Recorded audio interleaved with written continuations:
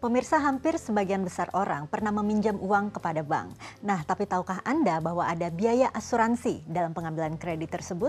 Bersama saya Chandra Dewi, Anda menyaksikan Cerdas 5 Menit.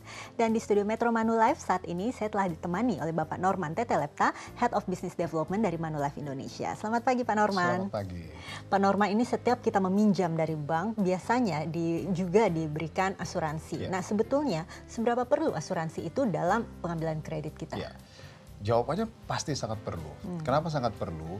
Bahwa pada waktu seseorang meminjam itu kan sebenarnya dia memberikan beban tambahan, risiko tambahan kepada keluarga. Sehingga asuransi itu diperlukan agar kalau sampai terjadi musibah, sesuatu yang tidak diinginkan terjadi, maka hutang itu bisa ditutupi oleh perusahaan asuransi. Tapi tidakkah pengambilan asuransi itu kemudian jadi menambah beban hutang kita, Pak? Ya, jadi banyak orang menganggap bahwa biaya asuransi atau premi asuransi itu jadi beban. Memang kalau pemikirannya dari sisi biaya benar, karena seseorang contoh misalnya mengambil KPR, maka selain ada biaya notaris, ada biaya provisi, biaya administrasi dan segala macam, ada lagi asuransi. Nah, yang jadi pertanyaan adalah pada waktu seseorang mengambil asuransi tersebut, dia sebenarnya bukan beli satu biaya di situ, tapi dia beli perlindungan. Jadi dia beli proteksi selama masa pinjamannya. Jadi biasanya premi itu dibayar satu kali untuk selama masa pinjam. Jadi misalnya 10 tahun dia pinjam, maka dia bayar satu kali untuk 10 tahun. Dan preminya kalau ditanya mahal enggak? Seharusnya murah. Kenapa? Karena perlindungannya disesuaikan dengan sisa uang pertanggungannya. Dengan karena kan dia hutangnya, Pak. kan dia bayar cicilan. Kalau dia bayar cicilan berarti setiap bulan turun sampai akhirnya nol.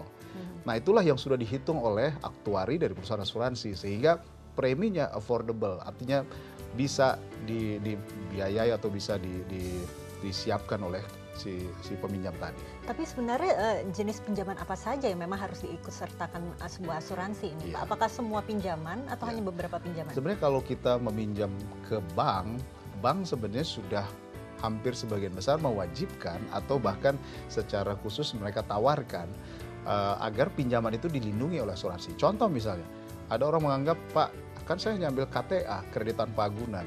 Ada nggak asuransinya? Oh, ada. Karena kalau sampai terjadi apa-apa dengan saya, misalnya si peminjam, maka asuransi akan menutupi. Bagaimana juga dengan pinjaman KPR, mobil, motor, ada nggak asuransinya? Ada. Dan itu boleh ditanya kepada pihak pemberi pinjaman tadi. Oke, tapi apakah memang kita hanya harus menunggu ditawarkan atau kita bisa proaktif sendiri mencari asuransinya ini, Pak? Memang saat ini untuk kondisi di Indonesia, biasanya perusahaan asuransi dia bekerja sama dengan bank. Kenapa dia harus bekerja sama dengan bank atau pemberi kredit tadi? Agar premi yang dinilai oleh perusahaan asuransi secara kolektif. Sehingga risiko itu bisa dilihat bukan satu orang, tapi secara kolektif risiko dari bank tersebut. Sehingga preminya bisa lebih murah.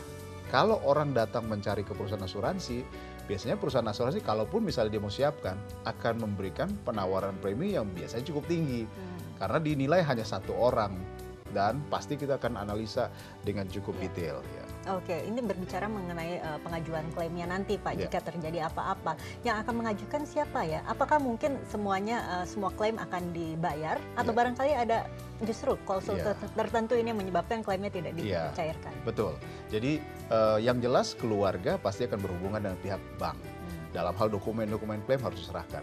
Tetapi jangan lupa memang bahwa di dalam setiap kerjasama dalam polis ataupun dalam sertifikat polis yang diterima oleh si nasabah dan keluarga harus dibaca klausulnya apa.